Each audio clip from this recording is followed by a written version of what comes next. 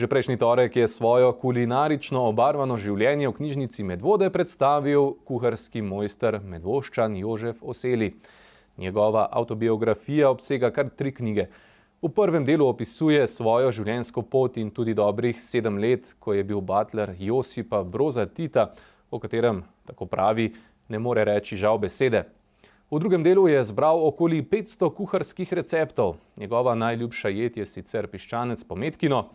V tretjem delu pa opiše zgodbe in anekdote, ki jih je doživel v 26 državah, kjer je delal in se izpopolnjeval.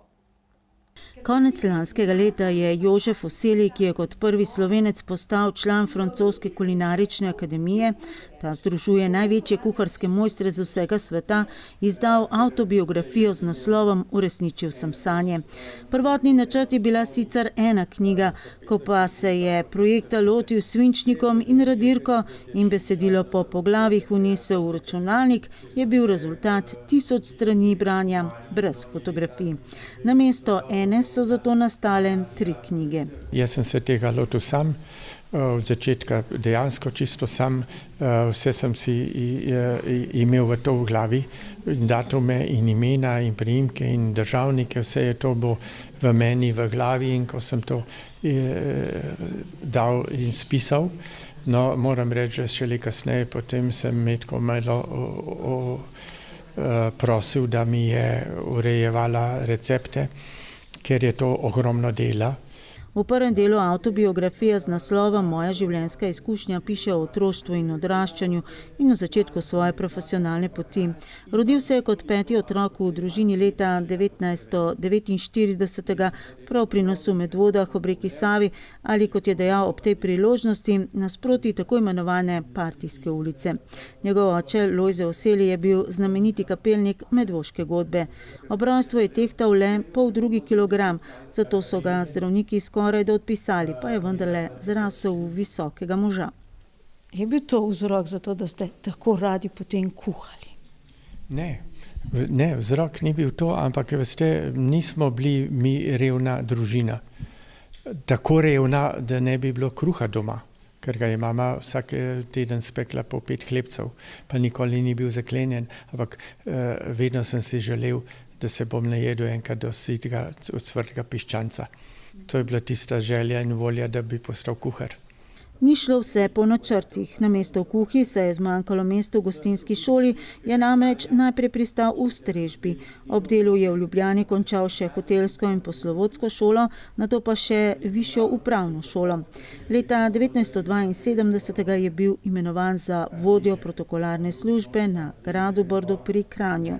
Skupaj z ženo Metko sta bila več kot 7 let odgovorna za organizacijo in strežbo nekdanjemu jugoslovanskemu predsedniku Josipu Brozu Titu in sprva tudi njegovi ženi Jovanki. Bodi si tu na Brdu, občasno pa tudi na Brijunih. Servirala sta kar 40 državnikom, predsednikom vlad, kraljem, cesarjem, pa tudi svetovno znanim filmskim igralcem. Za svoje delo sta prejela državno odlikovanje red dela s srebrnim vencem. Metka je bila celo tista, ki je izbrala obleko, v kateri je bil pokopan maršal Tito. Ne morem pisati ali ne bo govoriti nekaj slabega, če slabega nisem doživel. Ne. Med njegovimi ljubšimi anekdotami pa je tista, ko je maršala Tita na silvestrski dan pustil čakati. In je prišel adjutant, drago do meni, in rekel, Jože, Tito te čeka gore v apartmanu. Pa sem jaz mu tako nekako odmahnil, ne bež, ne me zdaj zezati, viš, da kavo pijem, ne. On je odšel in prišel čez 10 minut nazaj in je rekel, Jože, stvarno te maršal Tito čeka v apartmanu, ne. In jaz se stresam, grem gor in dejansko maršal v tej svileni v halji hodi po apartmanu gor dol in najprej pozdravim, najprej vpraša, je bila kava dobra. Maršal Tito ni bil izbirčen. Če je bil v Sloveniji za zajtrk goveja juha z rezanci ali ribano kašo. Sklop maršalovih ljubših jedi je sestavni del knjige receptov, drugega dela Oseljeve avtobiografije.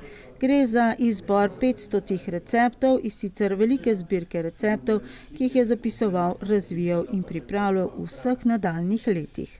Recepti so enostavni, tako da ni notri neke specialne francoske kuhinje, ampak so jedi, ki jih lahko vsak doma pripravi za kosilo ali za kakšen praznik.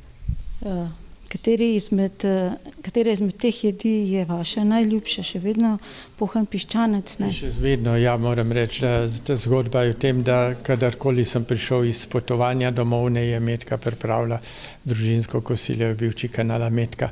Bi rekel, da je to nekaj taki dober standard, če je nekaj z ljubeznijo skuhano in pripravljeno. Meni sicer, da imamo Slovenci kaj pokazati. Prvič so te sirovi štrukli, so potem orehovi štrukli, so potem jagnetina.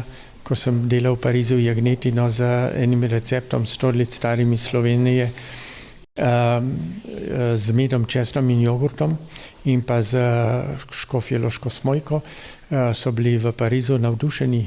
To je tisto originalno še z tistih časov, ko je Slovenija imela ogromno tudi svoje jagnetine.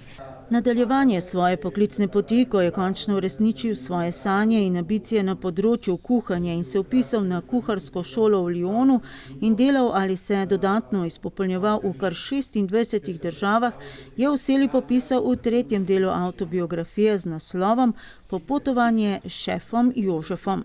Ampak če hočeš danes v kulinariki, gastronomiji napredovati, pomeni, da moraš v osnovi vzeti francosko kuhinjo in na to francosko kuhinjo dodajati svoje artikle in svoje domače proizvode. Gre tudi za niz zgodb in anekdot iz njegovega bogatega repertoarja mednarodnih prireditev, kjer je sodeloval bodisi kot vodja kuharskih odprav, kot mednarodni sodnik na kulinaričnih tekmovanjih ali član komiteja Kuharji brez meja na humanitarnih dogodkih doma in po svetu. Recepte je predstavljal v številnih slovenskih revijah in časopisih, pa tudi televizijskih oddajah, kot te še niso bile, tako Oseli, zgolj kuharski šovi z naprej določenim scenarijem. Žal, jaz sem sicer gledal Remzija 5 minut in po 5 minutah sem gotov, da je to največja žalost predstavitve našega poklica, ko je vpil na mlade. A veste, dejte, pokažite mi danes v katerikoli branži, da bo nekdo upal na mlade vpiti. Da joka, vsak bo rekel, fuck off, stari, spel se, jaz tebe ne rabim. To tako je, žal. Zato je pomembno, da bi se te zgodbe v kuhariji ali po televiziji obračale drugače.